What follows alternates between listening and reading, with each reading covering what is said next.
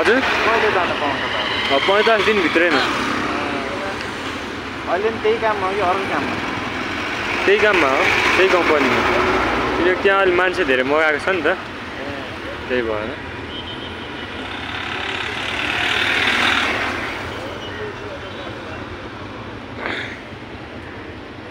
यो फाइन तिर्नेको लागि हो कि यो ई सेवा? ट्राफिक नियमको पालना गरौँ भने त्यो होइन, एडभर्टाइज हो। फाइन पनि तिर्न मिल्छ त्यसबाट। ए त्यस्तो हो? सिट काट्यो भने आजकल अनलाइनमै सिट काटिदिन्छ क्या, त्यहीबाट तिर्ने सजिलो भएको छ।